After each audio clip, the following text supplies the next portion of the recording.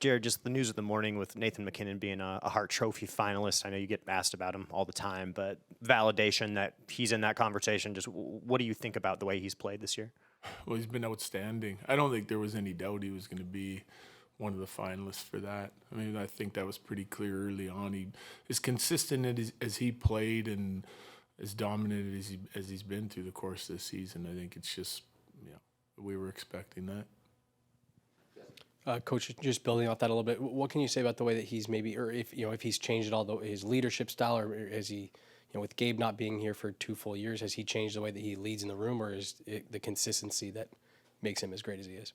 Well, it's the consistency in his preparation. I mean, takes care of his game first, but there's no question that his leadership has evolved over, the 8 years that I've been with him. It's I think when you get your game to a spot that you feel comfortable with as a young player, and then you understand how important winning is and what it takes to get there, then you start trying to help everyone else around you. And he's certainly done that. He's branched out and evolved as a leader of our team, but some of the things are still very consistent. The way he leads by example, the way he prepares himself and helps prepare our team for our opponents. Those parts of his DNA have always been there, but there's no question that he's got a bigger, picture outlook on the game now than he did when I first came. Sorry. You've coached a couple series against Peter DeBoer. I just want to ask any common threads from those series that you can learn from. Yeah, I'm sure there's some. Yeah, it's different teams, different scenarios. Like, I think when we played them the first time would have been San Jose. They were one of the established best teams in the conference, had had a lot of success.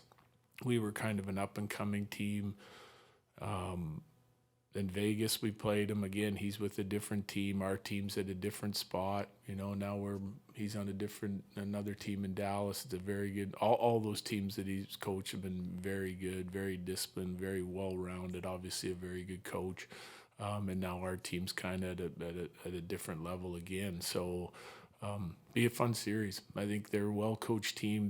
They're very well-rounded team when it comes to the way they can produce offense deep throughout their lineup, and then on the defensive side of it, they're rock solid, including special teams and everything. So this is obviously a team that finished top of the West, and they're there for a reason. Part of that's Pete's coaching. Well, the second thing, they really put an emphasis on the rush game against Vegas, a really good rush team. What do you expect they'll do against you?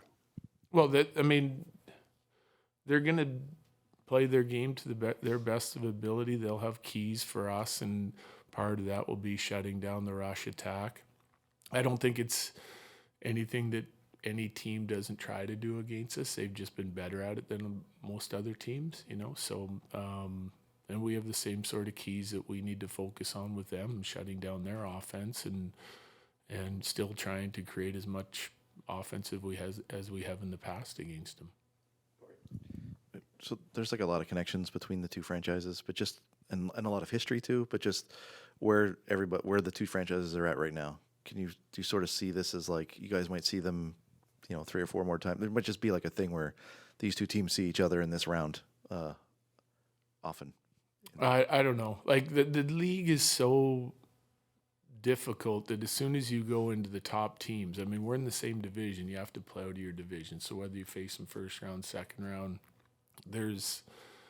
if we keep doing what we're supposed to do and get into the playoffs, and they keep doing the same thing, you're going to face each other a lot. It's just the way it is with the current playoff format. So they're obviously a very good team, and we like to consider ourselves that. So, yeah, I would assume that you're probably going to run into each other every once in a while. Look like you might make a move putting Wagner in on the lineup there. Just what would you look for from a veteran like that, just replacing a younger guy? Well, the stability. He is a right shot centerman that's able to take draws. He understands our system. He played good games for us throughout the course of the year, so kind of taking away a little bit of the guesswork. He's a dependable guy, physical guy, not scared of traffic. Like I said, he's got experience, playoff experience, and yeah, so that stability, understanding exactly what needs to be done, and being confident within his game, that's something we could add with him. Nate said yesterday that he was kind of excited that the series was going to start on the road, and that bonding is kind of, good for you guys to start off with. Energy looked good on the ice this morning. Is that kind of the mentality that you guys have, having been able to use that starting on the road's a good thing? Well, that's the hand we're dealt, again. So it's neither good nor bad for me. It just is what it is. This is where we are. So we have to be prepared to play. And I think the energy comes from, we've been sitting around here, like we're getting a little antsy, like 3 days is really good. And then it stretches out and stretches out again. And, we get some practice days in, we get some rest days, we come back to practice. They're all prepared now for what to expect from Dallas, and it's like time to go. So like guys have great energy because, we've been resting and practicing, and no one loves to practice at this time of year. They want to play games, and it's the best part of the game. So, I think we're in a good spot. It's about the mental side of it, getting mentally ready to be engaged. They've been doing it every second day, and we haven't. So getting back to where we left off in the Winnipeg series, and getting the intensity and urgency back in our game as quickly as we possibly can. Last one, Megan. Hearing Jim Montgomery consult Mike Babcock and John Cooper ahead of Game 7, I was curious if there are coaches that you've leaned on in big moments to gather insight, and if now, with the experience you've accrued, if you're a coach that other coaches have reached out to for insight. Well, I have a group of coaches, like from the minors and some in the NHL now, that I talk to quite a bit. For us, like we were just sitting around preparing for a whole week for 2 different teams, so I didn't necessarily talk to anybody in this scenario. We know this team really well, and we feel like we know what we have to do to beat them. It's about going out and playing our best and executing now. But yeah, there's guys that I phone for advice, and as do our staff. Like Ray talks to Hitch a lot. I talk to a few guys I used to coach with. Depending on if they're still involved or still playing in the playoffs, that changes.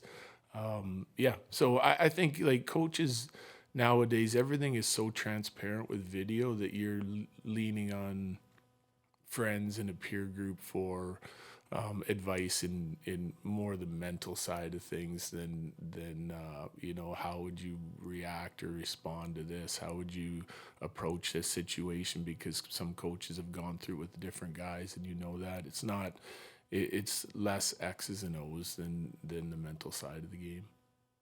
Yep. Thank you.